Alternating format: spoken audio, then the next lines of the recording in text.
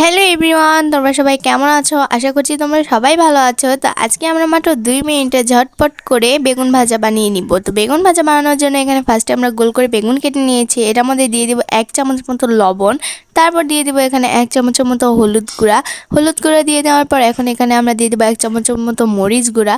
এখানে তোমরা যে যেরকম ঝাল খেতে পছন্দ করো সেরকম ঝাল অ্যাড করে নিবে। আর তোমরা সকলেই তো জানো যে আমরা ঝাল খেতে আগে থেকে অনেকটাই পছন্দ করি। তো এখানে আমরা আমাদের মন মতো ঝাল অ্যাড করে নিয়েছি।